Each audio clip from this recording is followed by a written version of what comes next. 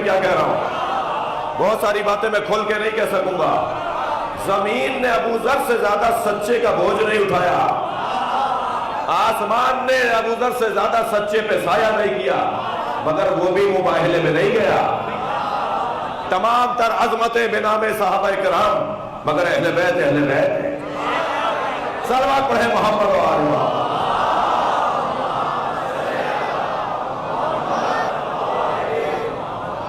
توجہ کر لی آپ نے؟ ہم اپنے بیٹوں کو لاتے ہیں، تم اپنے بیٹوں کو لاؤ۔ جی ہم اپنی بیٹیوں کو لاتے ہیں۔ اچھا، بیٹیوں اور بیٹوں میں زمانہ جاہلیت تو اب بھی نہیں گیا۔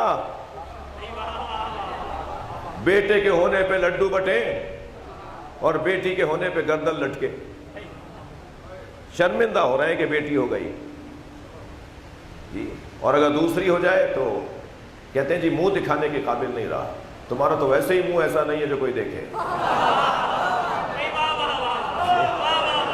جو بیٹیوں کے ہونے پر منہ دکھانے کے قابل نہ رہے، واقعی اس کا منہ ایسا ہے کہ کوئی نہ دیکھے۔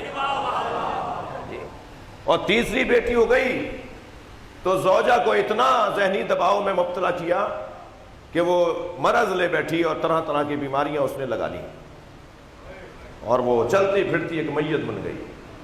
یہ کیا ہو رہا ہے؟ زمانہ جاہلیت گیا نہیں؟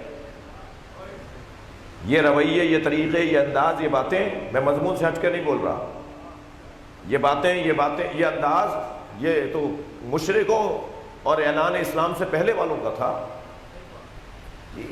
اچھا، میں مخاطب تو مردوں سے ہوں، مگر میری آواز اور تصویر عورتیں بھی دیکھ رہی ہیں، تو تھوڑی دیر کے لیے ان سے مخاطب ہوں۔ جتنا مرد پریشان نہیں ہوتے اس مسئلے پر،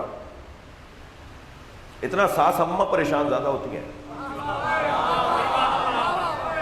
یعنی جتنا بیٹا پریشان نہیں ہوتا، اتنا بیٹے کی اماں پریشان ہے کہ بیٹا کیوں نہیں ہوا۔ تم خود عورت ہو، تم اپنی ہی جنس کے آنے پر شرمندہ ہو رہی ہو۔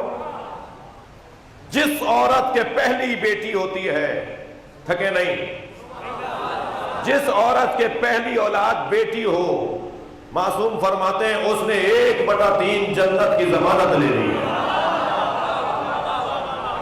پھر فرماتے ہیں جس کے ہاں پہلی بیٹی ہو وہ اس سے افضل ہے جس کے ہاں پہلے بیٹا ہو۔ دونوں میں کس کو طے کریں کہ کون افضل ہے؟ فرماتے ہیں جس کے ہاں پہلی بیٹی ہو وہ اس سے افضل ہے جس کے ہاں پہلے بیٹا ہو۔ اور پھر 3 بیٹیاں مسلسل جس کے ہاں ہو جائیں، نبی کی حدیث ہے، سنی شیعہ نے لکھی ہے، میں مصطفیٰ اسے جنت کی بشارت دیتا ہوں۔ ایک صاحب کے ہاں 6ٹھی بیٹی ہوئی تو وہ لڈو بٹوا رہے تھے، ہاں بہت خوش تھے، بہت، اور اتنے خوش تھے کہا جی پورے برادری میں لڈو بانٹو۔ کسی نے کہا صاحب 6ٹھی بیٹی ہوئی ہے، کہنے لگے خوشیوں پہ خوشیاں بڑھ رہی ہیں۔ کہنے لگے کیا مطلب، ذرا سمجھائیے، ایسا ہوتا نہیں ہے جیسا آپ کر کے دکھا رہے ہیں، معمولاً ایسا نہیں ہوتا۔ کہنے لگے بیٹی ہوتی ہے تو مجھے خوشی ہوتی ہے، بیٹا ہوگا تو میں پریشان ہو جاؤں گا، اس لیے کہ بیٹے کو پڑھانا پڑے گا، بیٹی پڑھ کر آتی ہے، یہ تہذیب پڑھ کر آتی ہے، یہ ادب پڑھ کر آتی ہے، یہ محبت پڑھ کر آتی ہے۔ بیٹی کو پڑھانا نہیں پڑتا،